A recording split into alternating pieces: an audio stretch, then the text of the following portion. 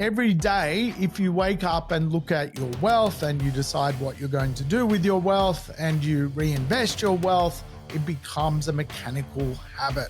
Real estate investment can be quite mechanical. And again, if you don't learn the language, you feel overawed and become very anxious around things like investments. You become anxious about wealth.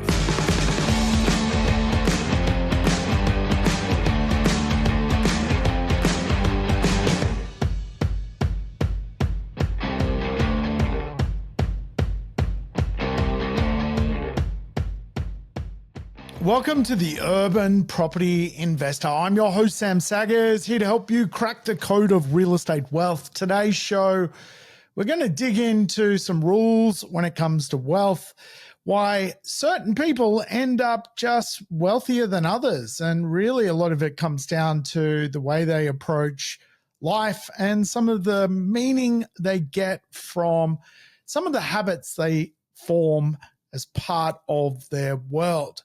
Also explain some principles, some basic principles for investment. I think after today's podcast, you certainly have no excuse not to put yourself in a position to build some wealth in your life.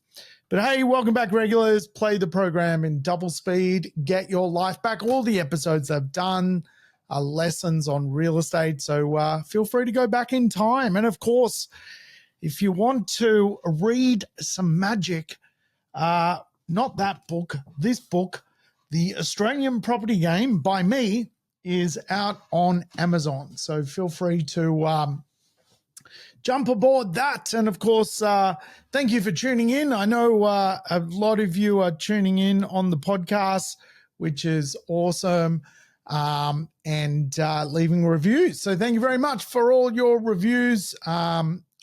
It makes my life easier. My love language is reviews.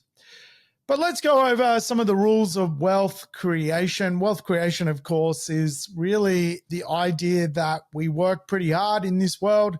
We want to exchange our money for assets and develop a base of wealth which looks after us. And if you look at some of the most wealthy people on this planet, they are invested in high-performing asset classes with pricing power.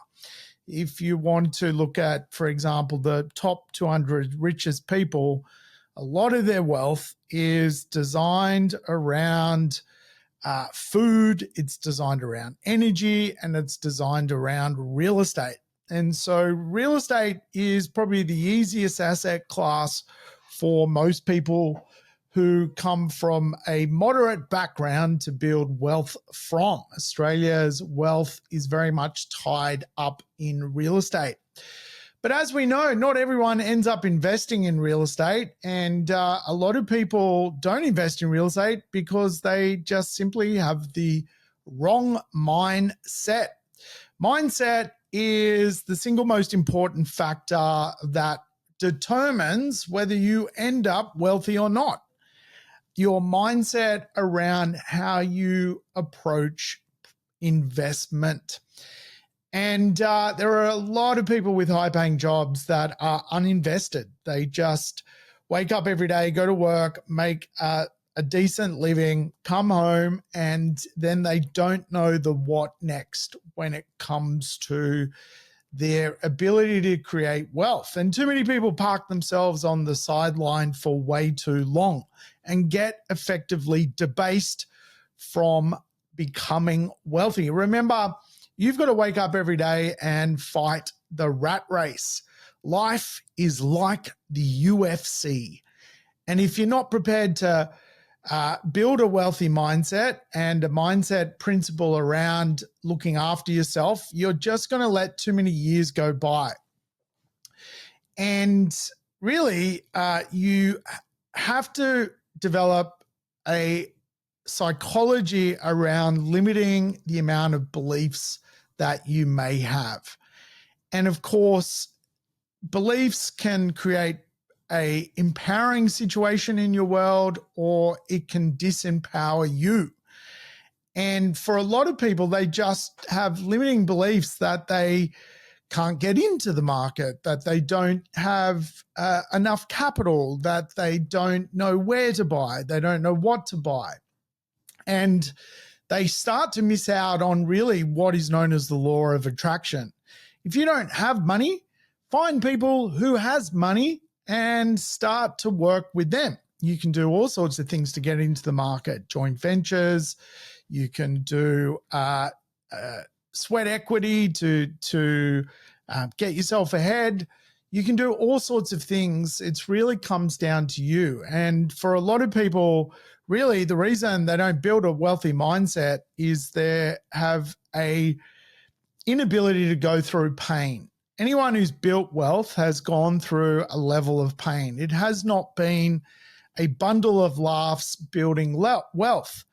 It is painful. And of course, the law of attraction and the idea of instilling some incredible beliefs into your world is really how real estate investment works.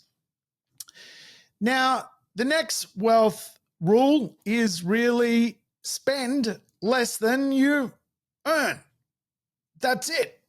That's the rule. Spend less than you earn and invest the remainder like in assets. Invested wisely. Come up with a plan. For a lot of people, they just spend way more than they actually have. And if you look at consumer debt in Australia, it's out of control. People spend 120% of what they earn.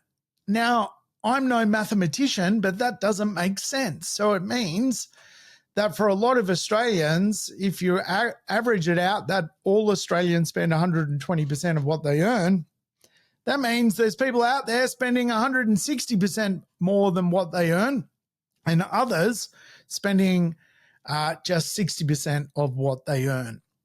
So spend less than you earn, and really you'll start to build a nest egg to create wealth. It's as simple as that. You've got to go through some pain to create the gain.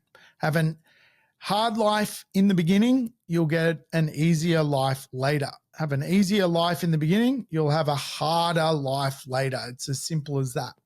Spend less than you earn and invest the remainder wisely. Remember, there is debt in this world, both good and bad. You want the good debt, not the bad debt. If you have a spending plan for your life to make sure you only spend what you have and then save and invest the remaining amount, you will save money. And if you can save 10, 20, 30% of what you have, you can start to create what is known as good debt. Good debt is income producing assets. Good debt is assets that reduces your tax base. That is good debt. Real estate is good debt. Real estate investment allows you to reduce your tax base. Real estate investment allows you to create growth from your money. And so the principle of investment is that you spend less than you earn, and then you out earn your wage using real estate part-time to get ahead. That's how it works. So you've got to learn the language of money. And again, another rule of wealth is really the language of money, the mechanics of money. Now, for a lot of people, making money is like a foreign language. They just simply can't comprehend how it works. And so they wake up every day, do the same thing every day, and the definition of doing the same thing every day and not getting a different result is insanity. That's the definition. And of course, again, making money becomes a habit. Every day, if you wake up and look at your wealth and you decide what you're going to do with your wealth and you reinvest your wealth, it becomes a mechanical habit. Real estate investment can be quite mechanical. And again, if you don't learn the language, you feel overawed and become very anxious around things like investments. You become anxious about wealth, assets, liability, liquidity, worth, gearing, leverage. All of it is a bit of a language. Now, if you don't understand all of those language points, you're going to start to get overawed when I say things like you should do a joint venture or a syndication, or if you want to add value to real estate, find a block of land and do a subdivision, or all of that is a language, and you've got to put yourself in a position to learn the language. Now, you can get my book, The Australian Property Game. You can listen to this podcast. You can go back and listen to every single podcast I've done. You can join a club. We run a club. You can join our club.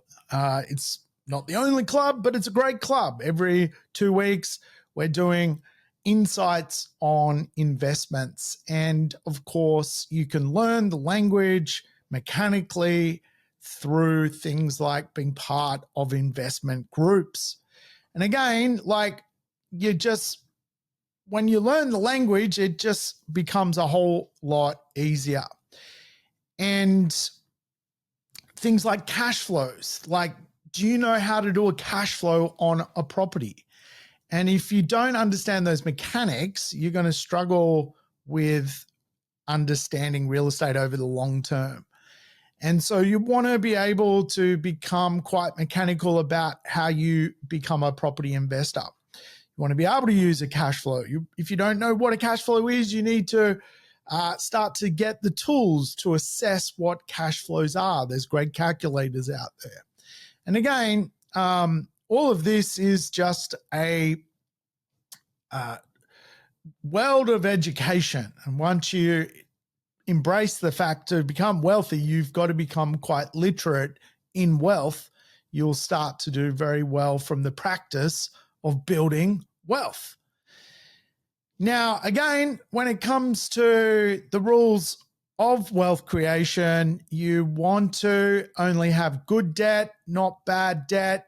And again, you can literally get rich by taking on good debt and eliminating bad debt. That's the formula. Bad debt is things like a car loan. It's not going to do anything for your future self. Good debt is an investment property. That's going to do something for your future self. And so to build wealth and to put yourself in a position where you've got the rules of wealth creation sort of sorted, you've got to look at your bad debt situation. Now, again, most people just don't put themselves in a position to deal with bad debt. But everyone's got bad debt, but most people don't eliminate bad debt. And you think about it as you could think about it like this. On a Monday, you wake up and go to work. You exchange your time for money. Do you get to keep the money you go to work for on a Monday? The answer is no. On a Tuesday, you get up and go to work and you exchange your time for money. Do you get to keep your money on a Tuesday? The answer is no. Who gets the money? The ATO, the Australian Tax Office, gets your money every Monday and every Tuesday. You don't own it. However, if you buy some investment properties, you can get deductions. You can lower your tax base. And guess what? Most people who are property investors get up every day, go to work, exchange their time for money, and get to keep most of their money because they've got good debt and they've paid off bad debt. Bad debt are things like credit cards. They're things like car loans. They're things like personal loans. Once you work out the difference between good debt and bad debt, your situation when it comes to the rules of wealth will change. They will change completely. And again, if you don't deal with bad debt, it just creeps up on you and you put yourself in a position where you can't be invested because you're invested in the wrong, you've borrowed money for the wrong things. And you just need to undo that. You need to do that. Now, the next rule of wealth is you've got to buy something. You've got to buy assets. Now, I've met a lot of people over the years that go to every seminar, read every book, and have never done anything. If you want to become wealthy out of real estate, you need to buy some real estate. That's the model. That's it. And of course, every day that you don't buy real estate, you're getting debased. You are going backwards. What do I mean by that? Well, you can't just say you want to buy real estate and get around to it in 5 years from now, because real estate goes up a lot faster in value than your ability to save. And of course, our currency gets debased, so it becomes worth less, meaning a dollar today is worth less than what a dollar was 5 years ago when it comes to its buying power. And again, you can be debased in real estate in all sorts of ways. You can be debased by location. You can be debased by property condition. You can be debased by property size. The longer you wait, the more you're going to be pushed back further from getting ahead in this world. So we've got to reduce our liabilities, which we spoke about. Then we put ourselves in a position where we've got money to get into the market. And if we buy the right assets, we create this second wave of economics, which is the use of equity. And again, when you acquire assets, there are different types of assets you can acquire. Real estate is the most tangible. There are paper assets like the share market or the bond market. And then there are businesses, things you can buy and run as an investor. But I think the most simple one for most Aussies is residential property. You can see it, you can touch it, you can feel it, makes kind of sense, and you can get very good leverage on it. Now, again, if you've never bought before, there is really no excuse not to take a government guarantee right now when it comes to being a first home buyer. You can just get into the market, live in a house for a couple of years, watch that value go up, basically undo the guarantee that you've done with the government, and you are now the owner of a property. You can buy a property today in Australia with a 5% deposit. That is unreal. And again, really, for most people, you would have to say that they can put themselves in a position to save $30,000 or $40,000 and buy a very, very, very inexpensive property in today's world just to get on the ladder.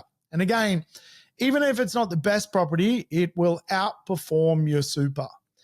It will outperform your future superannuation, even if it's not the best property. It's going to do its thing. By the time you're retired, 20 years, 30 years, 40 years, 50 years from now, that real estate will do something incredible. So add it to your wealth bucket. Add it to your wealth bucket. Acquire an asset. Acquire an asset. And again, don't overthink it. I think sometimes we're all looking for this miracle deal, the perfect property that will come along and change our life. Now, I can assure you, I've been doing this for 30 years, and every now and then a unicorn comes along and it's a miracle maker and makes someone $1 million or more in 12 months or less. But I can tell you, you never can pick it, and it's real estate is not meant to behave that way. Real estate is meant to be a more long-term asset with a good growth rate every single year, which is really the next rule. You've got to understand the world of compounding growth. Know the power of compounding. If you've got some real estate and it's going to perform at 5%, 6%, 7% growth rate, it's going to compound and grow itself. It's going to grow its capital value. It's going to grow its rental return. Really, I always teach this, at the end of the day, if we can just get one property that is a good rate of capital growth, a 6% growth rate, 7% growth rate, we're going to wake up in less than 15 years with a property which has doubled in its value over that period of time. And if you just gave yourself 15 years to compound wealth from real estate, you will be so happy, because the decisions you can make 15 years from now by taking a $750,000 property and turning it into a $1.5 million property, it's going to absolutely change the trajectory of your future self. Really, the purpose and the rules of wealth is to take money today and invest it in the future version of you. And I can assure you, $750,000 in 15 years' time, if you had to sell or whatever you needed to do, once you pay some taxes and transfers fees, you're going to have a sizable amount of money to do something with, just from that one example from an entry-level property. Now, imagine you could do that twice or 3 times or 4 times or 5 times. Well, when you start to comprehend the rules of wealth, you do that 3 times, 4 times, 5 times, 6 times, 7 times, and all of a sudden you're no longer in the middle section of Australia's economics. You're in the upper end of Australia's economics. You go from a moderate income to a wealthy income, and a lot of your income profile is from real estate. It's from the real estate as the asset class. And I can assure you, when I learned that part-time you can make more from real estate than your full-time job, it revolutionized the way I thought about the world. And you can have that situation unfold for you. You can make more from real estate than your full-time job.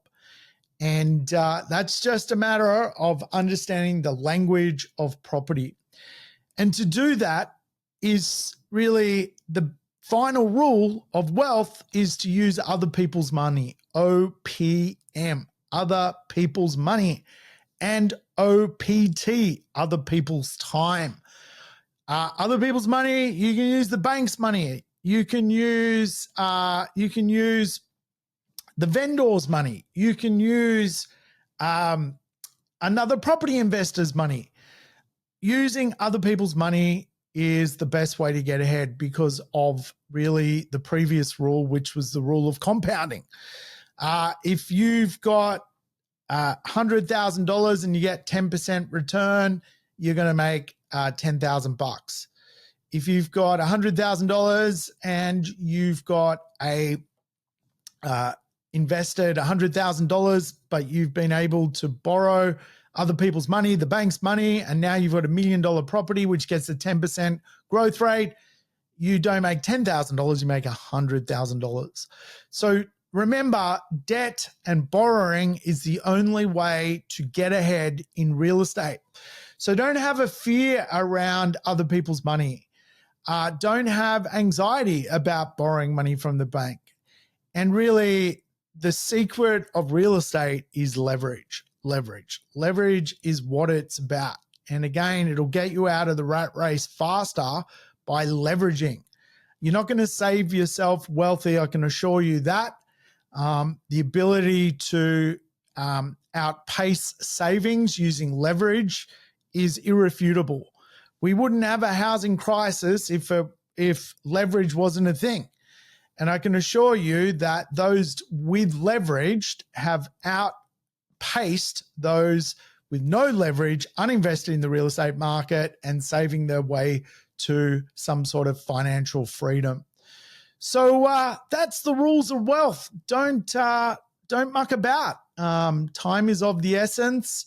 It's time to go for it. And strategies like these can really make you a lot of money. And they are simple. Remember, it's just other people's money. It's knowing the power of compounding and choosing the right real estate around compounding. It's about acquiring the right assets. It's about good debt and bad debt and knowing the difference. It's about learning the language of money. Things like liabilities, liquidity, leverage, all of these things are important to understand. Cash flows, learn the language of money, spend less than you earn, and just have a go for it mindset. Don't say poor me. Don't be the person going, I missed out. I had a friend who got into the market. They did well, so that means I'm not going to be able to do it.